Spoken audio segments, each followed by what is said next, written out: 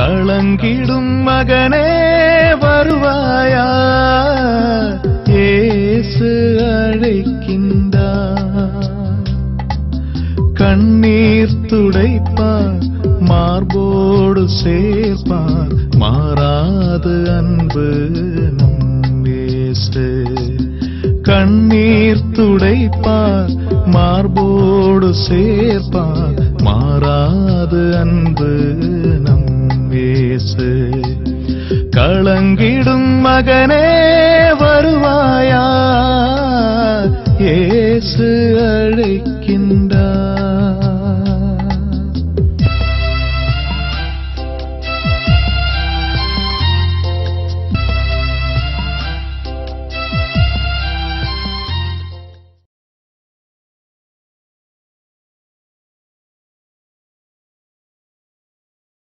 இயேசு கிறிஸ்துக்குள் பிரியமானவர்களே, ஆண்டவராய் இயேசு கிறிஸ்துவின் பரிசுத்தமுள்ள திருப்பெயரிலே நல்வாழ்த்துக்கள்.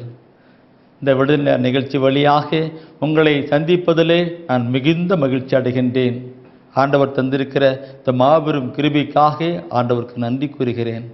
பிரியமானவர்களே, விடுதலை நிகழ்ச்சியை ஆவலோடு கூட பார்த்து கொண்டிருக்கிற உங்கள் ஒவ்வொருவரையும் ஆண்டவர் ஆசீர்வதிப்பார். ஏனென்றால் ஆண்டவர் சொன்னார், முதலாவது கடவுளையும் கடவுளுடைய அரசையும் அதற்கு ஏற்படுத்தி நீங்கள் தேடுங்கன்னு சொன்னார். நீங்கள் அதற்குரிய காரியங்களை தேடிக்கொண்டிருக்கிறீர்கள். எனவே ஆண்டவர் உங்களுடைய எல்லா தேவைகளையும் அதிகமாய் ஆசீர்வதிப்பார். நான் ஜெப வேளையிலே கூட சுருக்கமாகவே நான் ஜெபம் செய்து கொண்டிருக்கிறேன். ஜெபிக்கிற பொழுது சுருக்கமாக ஜெபிக்கிறேன். ஆனால் அநேகர் ஆசீர்வதிக்கப்பட்டிருக்கிறார்கள். ஏன்? அவர் தானே இதை சொல்லிக் கொடுக்கிறார். அவர் தானே உள்ளங்களை பார்க்கிறார், உங்கள் ஒவ்வொருவரையும் பார்க்கிறார், உங்களுடைய ஏக்கத்தை பார்க்கிறார். நான் ஜெயிப்பது அப்பாற்பட்டது, ஆனாலும் கூட அவர் உங்களை ஆசீர்வதிக்கிறார். உங்கள் நிலையை உணர்ந்து கொடுக்கிறார். அதுதான் விடுதலையின் நேரம். நிறைய பேர் சாட்சி சொல்வாங்க. இந்த நாளிலும் ஆண்டவர் கண்டிப்பாக உங்களை ஆசீர்வதிப்பார். Praise the Lord. என் அன்புக்குரியவர்களே, நற்செய்தி அவசியத்தை குறித்து இந்த நாளில் நாம் சிந்தித்துக் கொண்டிருக்கிறோம். மெய்யாகவே இது சிந்திக்க வேண்டிய காலகட்டங்கள். தூய ஆவியான் உணர்த்துகிறார். நற்செய்தி அறிப்பின் காலகட்டம் அதிகமாக இருக்கிறது. அதனால் தான் ஆண்டவர் உணர்த்துகின்றார். ஆண்டவராகிய கடவுள் எல்லா மக்களும் மீட்படையப்பட வேண்டும் என்பதற்காகத்தான் தன்னுடைய ஏக மகனை இந்த உலகம் அனுப்பினார். அவர் இயேசு கிறிஸ்து இந்த உலகத்திலே தோன்றி அவர் கடந்து வருவதற்கு முன்பாகவே, அவர் நற்செய்தியின் கடையை வருவதற்கு முன்பாகவே திருமுழுக்கு யோவான் நற்செய்தி அறிவிக்கிறார். எல்லா மக்களும் மனமாறுங்கள் என்று சொல்லி அறிவிக்கிறார். மக்கள் மனமாறுகிற காரியங்கள் உண்டு. ஆண்டவராக இயேசு கிறிஸ்து தன்னுடைய நற்செய்தி பணி துவக்கும் பொழுது அவர் அறிவிக்கிறார், மனமாறுங்கள், பின்னரசு நெருங்கிவிட்டு இருக்கிறார். அது மாத்திரமல்ல தன்னுடைய 12 சீடர்களையும் தேர்ந்து கொண்டு அவர்களுக்கு அதிகாரங்களை கொடுத்து, நோய் பிணி எல்லாம் குணமாக்குங்கள், நற்செய்தி அறிவிங்கள், அற்புத அடையாளம் செய்யுங்க, நீங்க நற்செய்தி அறிவிக்கிற பொழுது நானும் உடனிருந்து பெரிய காரியங்களை செய்வேன் அங்கே அனுப்பி வைக்கிறார். பிரியமானவர்களே, அது மாத்திரமல்ல, ஆண்டவராய் இயேசு கிறிஸ்து தன் ஜீவித காலத்திலே பார்க்கிற பொழுது நற்செய்தி அறிவிப்பை அதிகமாய் சொல்லிக் கொடுக்கிறார். அறிவிங்க எல்லா மக்களும் மனமாற்ற சொல்லிக் கொடுக்கிறார். அவர் மரித்து உயிர்த்த பின்னும் சொல்லிக் கொண்டிருக்கிறார். அவர் சொல்லிக் கொண்டிருக்கிறார். எல்லா மக்களுக்கும் நற்செய்தி. ஏன்? நற்செய்தி அறிவித்தால்தான், இயேசுவை பற்றி நற்செய்தி அறிவித்தால்தான் மக்கள் கேட்பார்கள், அவரிடம் நம்பிக்கை கொள்வார்கள், அவரிடம் வருவார்கள், கடந்து செல்லும். அதுக்காகத்தான் அறிவிக்கப்பட ரோமர் 10 அழகா சொல்லப்பட்டிருக்கிறல்லவா அப்படிப்பட்ட காரியங்கள். இந்த காரியங்களை உணர்ந்து அறிந்தினால்தான் புனித பவுலடிகள் சொல்லுகிறார், நற்செய்தி அறிவிக்கவில்லை என்றால் ஐயோ கேடு, அது என்மேல் கொடுக்கப்பட்ட கட்டளா இருக்கிறது. நானாவே செஞ்சிருந்தால் எனக்கு ஆசீர்வாதம் உண்டு. நானா செய்யவில்லை என்றாலும் அது என்னோட ஒப்படைக்கப்பட்ட கருத்து என்று 1 கொரிந்தியரிலே அழகா சொல்லப்பட்டிருக்கிற காரியத்தை நாம் நேற்று சந்தித்தோம். 9ஆம் அதிகாரத்திலே 16-17 வசனத்திலே அழகா சொல்லுகிறார், அந்த பாரங்களும் உணர்வுகளும் என் உள்ளத்தையும் தொடப்பட்டதின் பிரியமானவர்களே சொல்லணும். உலகமெல்லாம் மீட்படைய வேண்டும் என்றால் இறையரசை பற்றி சொல்லணும். சொல்லுகிற பொழுது எனவே ஒருவரும் அழிந்து நரகத்துக்கு போகக்கூடாது என்பதற்காகத்தான் ஆண்டவர் அப்படி சொல்லுகிறார் என்று நான் பார்க்கிற பொழுது தூயான்னு உணர்த்துகிற ஒரு கருத்தை அதை கொண்டு பார்க்கணும் பிரியமானவர்களே. லூகாஸ் நற்செய்தியை பார்க்கிற பொழுது லாசரும் பணக்காரனும் இறந்தான் படிச்சிருப்பீங்க. லாசரும் பணக்காரனும் இறந்தான். லாசர் ஆண்டுடைய சமூகத்தில் ஆபிரகாம் மடியில் இருக்கிறான்னு பார்த்தோம். அந்த பணக்காரன் கீழே நரகத்தில் இருக்கிறதா பார்த்தோம். நரகத்திலே கொடிய வேதனைப்படுகிறான். 16ஆம் அதிகாரம் சொல்லப்பட்டு லூகாஸ்ல 16ஆம் அதிகாரத்தில் அந்த 27 பணம் பார்க்கும்போது பணக்காரன் கீழே இருக்கிறான், லாசர் மேலே இருக்கிறார். அப்போ அந்த பணக்காரன் மிகுந்த வேதனைப்படுகிற அந்த பணக்காரன் சொல்லுகிற ஒரு வசன வார்த்தை உண்டு. 27வது அந்த பார்க்கணும், 27 படிக்கணும். பதில தந்தையே அவரை என் தந்தை வீட்டுக்கு அனுப்புமாறு உம்மிடம் வேண்டுகிறேன். யார்? லாசரை அனுப்புங்க, லாசர் அனுப்புங்க, போய் சொல்லட்டும். ஏன்னா அவர் சொல்ற ஆரம்பிக்க பாருங்க. எனக்கு 5 சகோதரர்கள் உண்டு. எனக்கு 5 சகோதரர்கள் உண்டு. அவர்களும் வேதனை மிகுந்த இந்த இடத்திற்கு வராதவாறு, அவர்களும் வேதனை மிகுந்த இந்த நரகத்துக்கு தீயிலே வராதபடி அவர்களை எச்சரிக்கலாமே என்றார். அவர்களுக்கு எச்சரிக்கலாமே, லாசர் போய் எச்சரிக்கலாமே சொல்லிக் கொடுக்கிறார். யாரு? நரக வேதனை இருக்கிற ஒரு மனிதன் சொல்லுகிறார், தந்தை ஆபிரகாமே நீங்க அனுப்புங்க சொல்லி கொடுக்கிறார். அந்த லாசர் அனுப்புங்க. லாசர் அங்க எல்லாம் ஜாலியா இருக்கிறார். பல்லவத்தில் இருக்கிற அந்த லாசர் அனுப்புங்க வேதனைப்படுகிறார். அப்போ ஆண்டவர் சொல்லுகிறார் என் அன்புக்குரியவர்களை பார்க்கணும். இங்கிறது பார்க்கணும், அங்க சொல்லுகிற கருத்தை பார்க்கணும். அங்க சொல்லுகிறது அதற்கு ஆபிரகாம் மோசேயும் இறைவாக்கினர்களும் அவர்களுக்கு உண்டு. அவர்களுக்கு செவிசாய்க்கட்டும் என்றார். அவர்களுக்கு செவிசாய்க்கட்டும் உண்டு சொல்லுகிறார். மோசேயும் இறைவாக்கினர்களும் உண்டு சொல்லார். மோசே அடிமைத்தனத்திலிருந்து கானாந்தேசம் கொண்டு வருகிற மோசே போல எங்க ஆற்றில் இருக்கிறார்கள். யார் அவர்கள்? சகோதரா உங்களைத்தான், சகோதரி உங்களைத்தான்.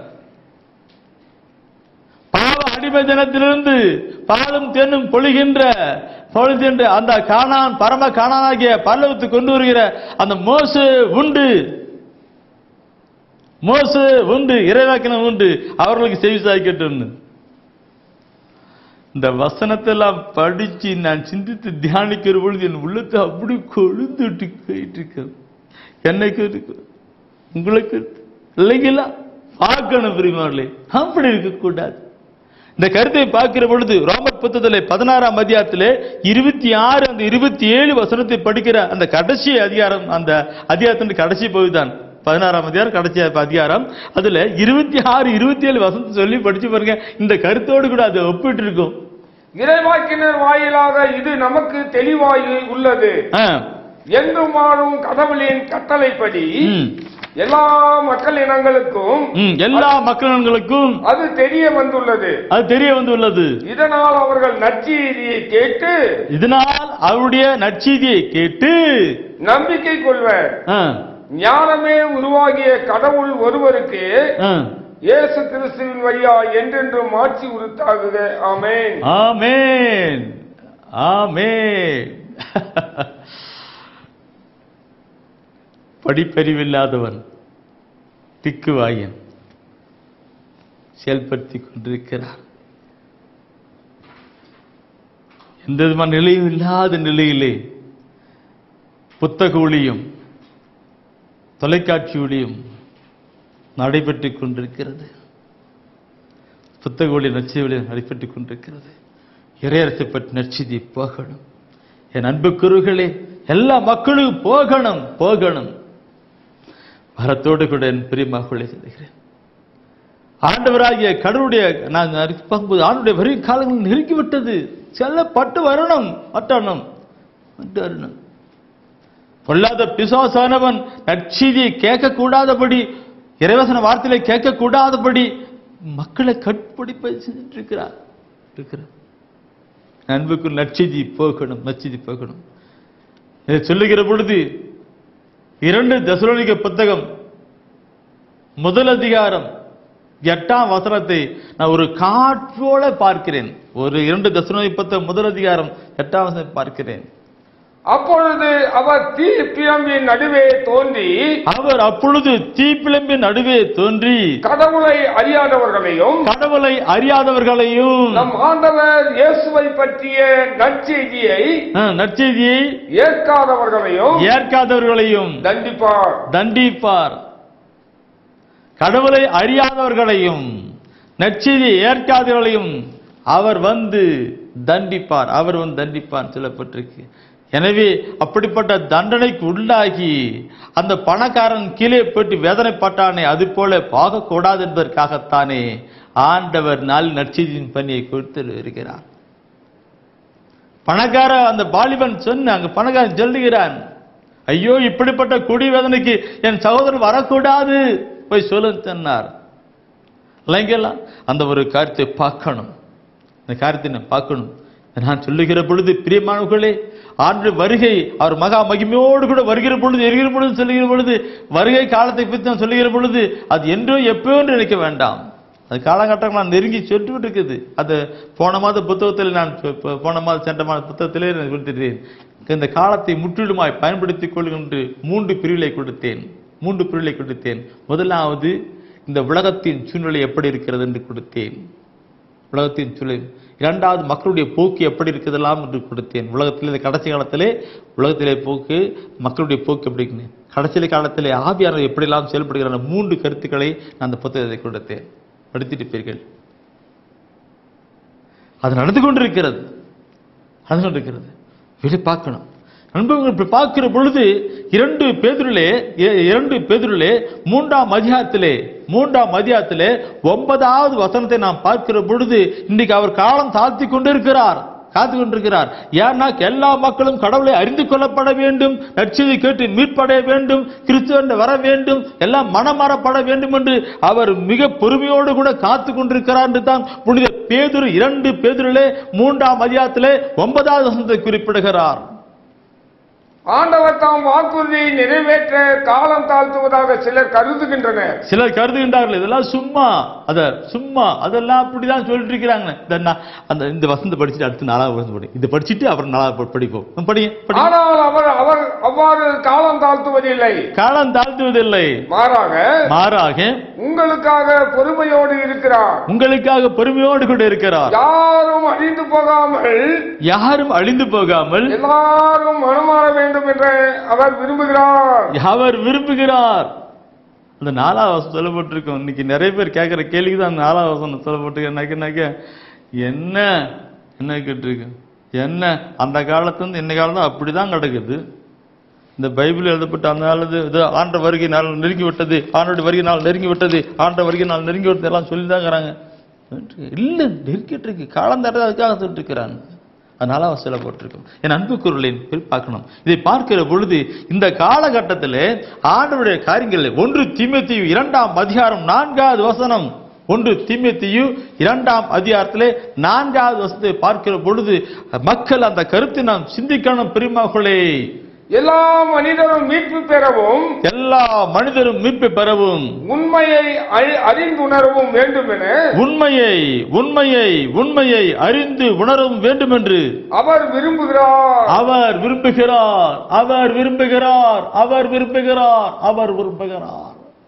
அதற்காகத்தான் இந்த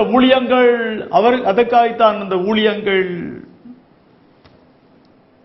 எல்லா மக்களும் மீட்பு பெறணும். எல்லா மனிதரும், என்ன மொழி, என்ன குலம், எந்த சமயம், அப்படி எல்லா உலகில் எல்லா மக்களும், நாடு மொழி எல்லா மக்களும் மீட்பு பெற வேண்டும். எல்லா மக்களும் அவர் தான் உண்டாக்கி, அவர் எல்லா மக்களும் மீட்பு பெறணும். எல்லா மக்களுக்கும் நற்செய்தி இருக்கப்படும். உலகம் எங்கும் நற்செய்தி இருக்கப்படும் காரில் ஓடிக்கொண்டிருக்கிறது. எல்லாம் உண்மையை அறிந்து உணர வேண்டும். உண்மை இறைவசன வார்த்தையை அறிந்து உணர வேண்டும். அந்த வார்த்தை வழியாக கிறிஸ்துவே ஆகிய உண்மையை அறிந்து உணர்ந்து அவருக்குள் கடந்து வர வேண்டும் என்று அவர் விரும்புகிறார். பிரியமானவர்களே, எத்தனை கருத்து என்னை கொண்டுகிற பொழுது என் அன்புக்குரியவர்களே, நான் அந்த நற்செய்தி பண்ணின காரியங்களில் பார்க்கிற பொழுது நான் உண்மையாகவே ஆண்டவருக்கு நான் நன்றி செலுத்திக் கொண்டிருக்கிறேன். நன்றி செலுத்திக் கொண்டிருக்கிறேன். ரோமர் புத்தகத்திலே 10ஆம் அதிகாரத்திலே நான் சொல்லுகிற கருத்தை கொஞ்சம் சிந்தித்து பாருங்க. ரோமர் புத்தகத்திலே 10ஆம் அதிகாரத்திலே 15வது வசனம் சொல்லுகிற ஒரு கருத்து உண்டு. என்ன நற்செய்தி அறிவிக்கின்ற காரியங்களை சொல்லுவார். அனுப்பப்படாமல் எவ்வாறு அவர்கள் அறிவிப்பார்கள்? இதை பற்றியே நற்செய்தி அறிவிப்போருடைய பாதங்கள் எத்துணை அழகாய் இருக்கின்றன என்று மறைநூலில் கூறி எழுதியுள்ளது. நற்செய்தி அறிவிப்புடைய பாதங்கள் எத்தனை அருமையா இருக்கிறது என்று சொன்னாங்க. பாதங்கள் நான் அடிக்கடி என் காலை பார்ப்பேன். நற்செய்தி அறிவிக்கிற ஒவ்வொரு அவங்க காலை பார்க்கணும். சில வேளையில சொல்லுவாங்க, பிரதர் எங்க வீட்டுக்கு ஒரு நாளைக்கு வாங்க பிரதர், வந்துட்டு இருக்கோம், கால் எடுத்துக்கன்னு சொல்லுவாங்க. என்ன நான் அவன் சொல்லுவாங்க, என்ன பிற அப்படி சொல்றீங்க? அண்ணன் கிடையாது, நற்செய்தி அறிவிக்கக்கூடிய பாதப்படிகள் அத்தனை அருமையா இருக்குன்னு சொல்லப்பட்டிருக்கிறது. எவ்வளவு உயர்த்தி பேசுறார் பாருங்க, எவ்வளவு உயர்த்தி பேசுறார் பாருங்க. சகோதரமே, நீங்களும் நானும் ஒவ்வொருவரும் அறிந்து கொள்ள வேண்டும், அறிந்து கொள்ளப்பட வேண்டும், அறிந்து கொள்ளப்பட வேண்டும். நற்செய்தி அறிவிப்பு முக்கியத்தை அறிந்து கொள்ளப்பட வேண்டும், கடந்து வரணும். நான் நற்செய்தி அறிவிக்கின்ற பணியிலே கடந்த வகுக்கும் பொழுது 29 ஆண்டு ஒளியத்தில் பார்க்கிற பொழுது நான் ஒருவராக மாத்திரமல்ல, என்னோடு கூட நிறைய நண்பர்கள் எல்லாம் இருந்து கொண்டிருக்கிறார்கள். என்னோடு கூட செயல்படுகிற அறிவு நிறைய நபர்கள் உண்டு. இப்பொழுது நான் வாசிக்கிற செய்தி கொடுக்கிற பொழுது என்னோடு கூட தொடர்பு இருந்து வாசிக்கிறாரே என் அன்பு தோழர். அவர் என் ஆரம்ப காலகட்டத்திலிருந்து என்னோடு கூட அவர் செய்து கொண்டிருக்கிறார். அவர் என்னோடு கூட அவர் செயல்பட்டு கொண்டிருக்கிறார். நற்செய்தி பணியில் அவர் வந்து என்னோடு பிரதர் நான் உங்களோடு கூட இணைந்து சொல்லி கொண்டு வந்தார். இப்படி நிறைய சகோதரர் செய்திருக்கிறார்கள். என் அன்புக்குரியவர்களே, பார்க்கணும். நற்செய்தி அறிவிப்பின் காரியங்களை நீங்கள் நானும் ஒவ்வொருவரும் உணர்கின்ற பொழுது அதற்காக கடந்து வரணும். நம்மால் முடிந்ததை செய்ய வேண்டும் என்று கடந்து வரணும். முதலாவது ஜெபம். உழித்து நற்செய்தி அறிவிப்பு உழித்துக்காக ஜெபிக்கணும். ஆத்ம பாரத்தோடு கூட ஜெபிக்கணும். இரண்டாவது, நம்மால் முடிந்த காணிக்கினால, நம்மால் கடவுள் உணர்த்துகின்ற அந்த காணிக்கினால் அந்த நற்செய்தி ஒளிகளை தாங்கணும். வேற எதுக்கோ கிடையாது. இந்த நற்செய்தி அறிவிப்பின் அவசியத்தை அறிந்திருக்கிற நீங்களும் ஒவ்வொருவரும் பார்க்கணும். நற்செய்தி அறிவிப்பு காரியங்களுக்காக நீங்கள் செயல்படணும். அது அவசியம். இன்னைக்கு இந்த நற்செய்தி எவ்வளவு தியானம் தேவை? அது யாரெல்லாம் செய்து கொடுத்து செயல்படுகிறார் அவர்களுக்கு தான் பிளஸிங். ஏன்னா அவர் நற்செய்தி காரியங்களை பார்க்கணும், காணிக்கை என்பதற்காக. அது மாத்திரமல்ல, என் நண்புக்குள்ளே செயல்பாட்டில் இறங்கணும். நான் சொன்னல்லவா, என் அன்பு தோழர் என்னோடு கூட ஆரம்பிச்ச செய்தியை நான் வாசிக்கிற போது இறைவசனம் வாசிக்கிற அந்த அன்பு சகோதரர் அமிர்தம் அவர் என்னோடு கூட செஞ்சார். அவர் பாருங்க செயல்பாடுகள் எத்தனை விளைந்தாலும் இருக்கிறாங்க. இதுவும் அவர் மாத்திரமல்ல, நிறைய சகோதரர்கள் என்னோடு கூட இணைந்து ஒவ்வொரு காரியம் செய்து கொண்டிருக்கிறார்கள்.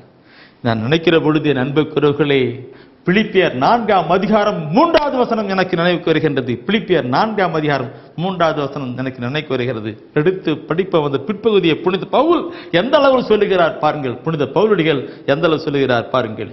என் உண்மையான தோழரே, அவர்களுக்கு உதவி செய்யுமாறு உம்மிடம் வேண்டுகிறேன். ஏனெனில் அவர்கள் கிளம்பத்தோடும் மற்ற உடன் உழைப்பாளரோடும் என்னோடும் சேர்ந்து நற்செய்திக்காக போராடினார்கள். அவருடைய பெயர்கள் வாழ்வோரின் நூலில் எழுதப்பட்டுள்ளன.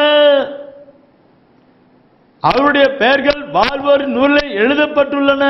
என் அன்புக்குரியவர்களே, ஆண்டவர் ஒரு நூலை வைத்திருக்கிறார். அந்த நூலிலே அவருடைய பெயர் எழுதப்பட்டிருக்கின்றன. எல்லா மக்களும் இந்த நற்செய்தி பணியிலே கடந்து வருவதில்லை. ஆண்டு சித்தமானால் நற்செய்தி யாரெல்லாம் அறிவிக்க முடியும், அதில் கடந்து வர முடியும்னு நான் ஒரு நாளைக்கு செய்தி கொடுக்க விரும்புகிறேன். ஆண்டு சித்தமானால் அவர் உணர்த்துவாரால் கண் கிடைக்கும். நற்செய்தி அறிவிப்பு பணியிலே படர்ந்து வருகிற பொழுது அவருடைய பெயர்கள் வாழ்வர் நூலில் எழுதப்படுமாம். வாழ்வர் நூலிலே திருவெளிப்பாட்டை எடுங்க, தயவுசெய்து எடுங்க. திருவெளிப்பாட்டிலே எடுத்து 21ஆம் அதிகாரத்தில் நீங்க படித்து பாருங்கள். நான் படிக்கிறேன், தயவுசெய்து கேட்கணும். அதில் பார்க்க 21ஆம் அதிகாரத்திலே 27ஆம் வசனம் சொல்லப்பட்டிருக்கிறது. ஏன்னா அந்த கருத்தோடு கொடுத்து தான் தீட்டுப்பட்டது எது படிக்கலாமே? தீட்டுப்பட்டது எதுவும் ஒருபோதும் அதில் நுழையாது. அதுபோல் அருவருப்பானதை செய்வோரும் பொய்யரும் அதில் நுழைய மாட்டார்கள். அதிலே பரலோகத்திலே நுழைய மாட்டார்கள். ஆட்டுக்குட்டி வைத்திருக்கும் வாழ்வின் நூலில் பெயர் எழுதப்பட்டவர்கள் மட்டுமே அதில் நுழைவார்கள். திருவெளிப்பாடு 21:27 படித்தீனால் அது சொல்லப்பட்டு யாரும் நற்செய்தி கறந்து வர முடியும் சொல்லப்பட்டிருக்கிறது. மைய கருத்தோடு கூட சொல்லுகிறார்கள். என் அன்புக்குள்ளே நற்செய்தி பணியில ஈடுபடுகிறவர்கள் அவருடைய பெயர்கள் வாழ்வோர் நூல் எழுதப்படும் சொல்லப்பட்டிருக்கிறது. நான் இந்த வாழ்வு நூலில் எழுதப்படும் சொல்லும் போது நாம் செய்கிற ஒவ்வொரு ஆத்ம பாரத்தோடு கூட எல்லா மக்களும் மனமாறப்பட வேண்டும் பாரத்தோடு நற்செய்திக்காக ஜெபிக்கிற போது நம்முடைய பேர் எழுதப்படும். நீ கொடுக்கிறீங்களே இந்த காணிக்கை, இந்த ஒளி நடந்து கொண்டிருக்கிறது, கொடுக்கிற காணிக்கை நான் காணிக்கை வாங்க பொழுதெல்லாம் ஆண்டவரே அவர்களையும் குடும்பத்தை ஒப்பு கொடுத்து நான் ஜெபிக்கிறேன்னு ஒரு சின்ன ஜெபம் முடிச்சிருவேன். நான் இங்கே ஜெபிக்கிற பொழுது அந்த காணிக்கை ஜெபிக்கிற பொழுது அவருடைய பெயர் அந்த வானூட்டில் அவருடைய அக்கௌண்ட்ல போய் சேரும், வெண்ணாக அக்கௌண்ட்ல சேரும். மத்தேயு 6ஆம் அதிகாரத்திலே 20வது வசனத்தில் பார்க்கும் பொழுது என்ன சொல்லப்பட்டிருக்கிறது பார்க்கணும் இருக்கிறேன். பிரியமார்களே, இங்க பைபிள் வச்சு நான் ஜெபிக்கிற பொழுது நற்செய்திக்காக கணும்போது என்ன நடக்குது பார்க்கிற பொழுது சொல்லப்படுகிறது, விண்ணுலகில் உங்கள் செல்வத்தை சேமித்து வையுங்கள், அங்கே பூச்சியோ துருவோ அழிப்பதில்லை, திருடரும் கண்ணமிட்டு திருடுவதில்லை, செல்வதில்லை. உங்கள் செல்வம் எங்க இருக்கிறதோ அங்கே உங்களுடைய உள்ளம் இருக்கும் என்று அடுத்த வாசம் சொல்லிக் கொடுப்பார். அப்போ இங்க செய்கிற பொழுது அங்க செல்வம் சேர்க்கப்பட்டதா இருக்கிறது. Praise the Lord. ஜெபிக்கணும். நற்செய்தி அறிவிப்பின் ஊழியத்தை வளர வேண்டும் என்று செயல்பட வேண்டும் ஜெபிக்கணும். அந்த நற்செய்தி அறிவிப்பவர்களுக்காக ஜெபிக்கணும். அந்த ஊழியத்தின் ஒவ்வொரு அமைப்புக்காக ஜெபிக்கணும். என்னோட ஊழியத்தில் பாருங்க ஜெபக்குழுக்கள் பாரத்தோடு ஜெபம் பண்ணிட்டு இருப்பாங்க. நான் சொல்லுவேன் உங்க பேர் வளர்ந்து எழுதிக்க விட்டுருந்தேன், காணிக்கை தருவாங்க, அவங்களும் காணிக்கை எழுதி போட்டுருக்கு. பிரைஸ் எல்லாம் செயல்படுது பார்த்தனா என்னோட கூட நிறைய பேர் செயல்பட்டுக்கொண்டான் செய்யணும். இப்படியாக நற்செய்தி. என் அன்புக்குள்ளே சொல்லுகிற பொழுது நான் மார்க்ல 10ஆம் அதிகாரத்துல 29-30 வசனத்தின் அந்த பிற்பகுதியை படிச்சா அருமையான ஒரு கருத்து இருக்கும். அருமையான மார்க்ல 10ஆம் அதிகாரத்துல 29-30 வசனத்துல அதை சொல்லுவாரு ஆண்டவரே. ஆண்டவரா இயேசு சொல்லுவாரு. அதற்கு இயேசு அவங்க எல்லாம் கேட்கிறாங்க, எல்லாவற்றையும் அப்படி விட்டு வந்தோமே, எல்லாரும் நாங்கள் ஆண்டவரே இயேசுவே சில சொல்றாங்க, எல்லாரும் நாங்கள் எல்லாத்தையும் விட்டுவிட்டோம், குடும்பத்தை என்னுடைய பிள்ளைகளை என்னுடைய தொழிலை எல்லாம் விட்டு வந்தோமே அப்படிலாம் சொல்லுவாங்க. அப்படி சொல்லும் பொழுது ஆண்டவர் சொல்லுவாரு, உறுதியாக உங்களுக்கு சொல்லுகிறேன், என் பொருட்டும் நற்செய்தியின் பொருட்டும் வீடுகளையோ, என் பொருட்டையும் நற்செய்தி பொருட்டையும் சகோதரர்களையோ தாயையோ தந்தையோ பிள்ளைகளையோ நிலப்புலன்களையோ விட்டுவிட்ட எவரும் இம்மையில் 100 மடங்காக இவ்வுலகில் 100 மடங்காக வீடுகளையும் சகோதரர்களையும் சகோதரிகளையும் தாயையும் நிலம் புலன்களையும் இவற்றோடு கூட இன்னல்களையும் மறுமையில் நிலை வாழ்வையும் பெறாமல் போகார். மறுமையிலே நிலை வாழ்வையும் பெறாமல் போகான்னு சொல்லப்பட்டிருக்கு. மறுமையிலே நிலை வாழ்வையும் பெறாமல் போக, அதுதான் வாழ்வு நூலை பேரெழுதப்படுகிற காரியம். இம்மையிலே பார்க்க 100 மடங்கு நற்செய்தி ஒளித்தா கொடுக்கிற ஒவ்வொருலையும் ஆண்டவர் 100 மடங்கு ஆசிரித்துக் கொண்டிருக்கிறார். 100 மடங்கு ஆசிரித்துக் கொண்டு ஏன் நற்செய்தி காரியங்கள் பார்க்கணும். சிந்திங்க என் அன்பு குருகளே, உலகப்பரமான காரியங்கள் அல்ல, வேற பக்தி மச்சமான காரியங்கள் அல்ல. ஆண்டவர் விரும்புவதெல்லாம் நற்செய்தி போகணும். அந்த நற்செய்திக்காக நாம் கடந்து வருகிற பொழுது ஆண்டவர் இம்மையிலே நம்மை ஆசீர்வதிப்பார். எல்லா விதமான ஆசிரியர்களும் இம்மையிலே இந்த உலக வாழ்க்கையில் இம்மையிலே ஆசீர்வாதமாக 100 மடங்கு பெற்று ஆசீர்வாதிக்க செய்வார். மறுமையிலே முடிவில்லாத வாழ்வையும் பெற செய்வார். அதற்காகத்தான் ஆண்டவர் நம்மோடு கூட நல்லே பேசிக்கொண்டிருக்கிறார். வாழ்வு நூலில் உங்களை பெயர் எழுதப்பட வேண்டும். நற்செய்திக்காக நீங்கள் செபியுங்கள். நற்செய்தியை அறிவிப்பதற்காக ஆண்டவர் உணர்த்துகின்ற காணிக்கையால் நீங்கள் தாங்குங்கள். நற்செய்தி செயல்பாட்டிலே தாங்குங்கள். செயல்பாடுல நான் சொன்னேன் இல்லைங்களா, இன்னைக்கு அநேக சகோதரர்கள் என்னுடைய புத்தகத்தை வாங்கி மக்கள் கொடுத்து வருகிறார்கள். பரலோகம் நரகம் என்கிற புத்தகத்தை ஆண்டவர் வெளிப்படுத்த சொன்னார். பரலோகம் நரகம் எங்கே செல்வா எப்படி இருப்பா என்ற ஒரு செய்தி கொடுக்கிறார். அதை கேட்கிற பொழுது சில சகோதர சகோதரிகள் எல்லாம் 50, 100 என்று வாங்கி அவங்க பதிலை கொடுத்து கொண்டு வருகிறார்கள். அது ஒரு செயல்பாடு. ஆண்டவர் கண்டிப்பாக விண்ணக நூலிலே வாழ்வில் எழுதப்பட்டிருக்கும், அவருடைய பேர் எழுதப்பட்டிருக்கும், செல்வார்கள். அது உண்மை. இது சாதாரண மக்களால் வர முடியாது. கடவுள் வந்து கொடுத்தான். நண்பர்களே, கேட்டுக்கொண்டிருக்கிற ஒவ்வொருவரும் உங்களை ஒப்புக்கொடுங்கள். நற்செய்தியின் அறிவிப்பின் அவசியத்தை அறிந்து கொள்ளுங்கள். அதற்காக கடந்து வாருங்கள். கடவுள் உங்களை ஆசீர்வதிப்பார். ஒரு நிமிஷம் நாம் கண்களை மூடுவோமா? உலகமெல்லாம் மீட்பட இயேசு பாடுகள் பட்டார், ரத்தம் சிந்தினார், ஜீவனை கொடுத்தார். இன்று எப்படி இருக்கிறது உலகம் மீட்படை நினைத்து பாருங்கள். அதற்காக உங்களை அர்ப்பணிங்க. எனக்காக யார் போவான் என்ற நிலையிலே ஆண்டு விரும்புகிறாரை ஒப்புக்கொடுங்கள். உலகமெல்லாம் மீட்படைய பாடுகள் பட்டீரையா, உலகமெல்லாம் மீட்படைய ரத்தம் சிந்தி நீரே, உலகமெல்லாம் மீட்படைய ஜீவன் தந்தீரையா. ஆமாண்டவரே, உலகம் எல்லாம் மீட்படைய ரத்தத்தை சிந்தினேன் எங்க அன்பு ஆண்டவரே. இந்த நாளிலே உலகம் எல்லாருக்கும் நற்செய்தியை அறிவிக்கத்தானே ஆண்டவரே. இந்த மாதா தொலைக்காட்சியை நீரே உருவாக்கி கொடுத்திருக்கிறீர் ஆண்டவரே. இந்த மாதா தொலைக்காட்சியின் வழியாக உண்மை பற்றிய நற்செய்தியை கேட்கிற எல்லாரும் மீட்படைய ஆண்டவரே நீர் உதவி செய்வீராக ஆண்டவரே. ஆண்டவரே, இதன் வழியாக நற்செய்தியை அறிவிக்கிற ஒவ்வொருவரையும் நீர் ஆசீர்வதிப்பீராக ஆண்டவரே. இந்த நாளிலே கூட இந்த நற்செய்தியை அறிவிக்க பண உதவி செய்த அந்த குடும்பத்தாரை நீர் ஆசீர்வதியும் ஆண்டவரே. இதை கேட்டுக் கொண்டு இருக்கிற ஒவ்வொருவரையும் நீர் ஆசீர்வதியும் ஆண்டவரே. செய்கின்ற எல்லா வேலைகளையும் நீர் ஆசீர்வதிப்பீராக.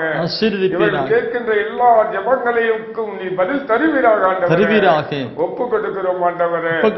ஆண்டவரே, இந்த உலகில் உள்ள எல்லா மக்களும் மீட்படைய வேண்டும் ஆண்டவரே. பற்றிய நற்செய்தியை நீ அறிந்து கொள்ள வேண்டும் ஆண்டவரே. கொடுக்கிறேன் ஆண்டவரே. ஆசீர்வதியும், நீர் பலப்படுத்தும், நற்செய்தி அறிவிக்கிற ஒவ்வொருவரையும் நீ பயன்படுத்தும் ஆண்டவரே. இப்படி செய்வதற்காக நன்றி செலுத்துகிறோம் எங்கள் அருமை இயேசுவின் அற்புத நாமத்தில் பிதாவே, ஆமென். வாழ்க ஆண்டவரும் உடனே, பெண்களிலே நீர் பேரு பெற்றீரும் மகனும் வாழியவே. பரிசுத்த மரியாயே எங்கள் பரமனின் தாயாரே, பாவிகள் எங்களுக்காய் பரமனை மன்றாடும். இப்போதும் நீர் மன்றாடும், எப்போதும்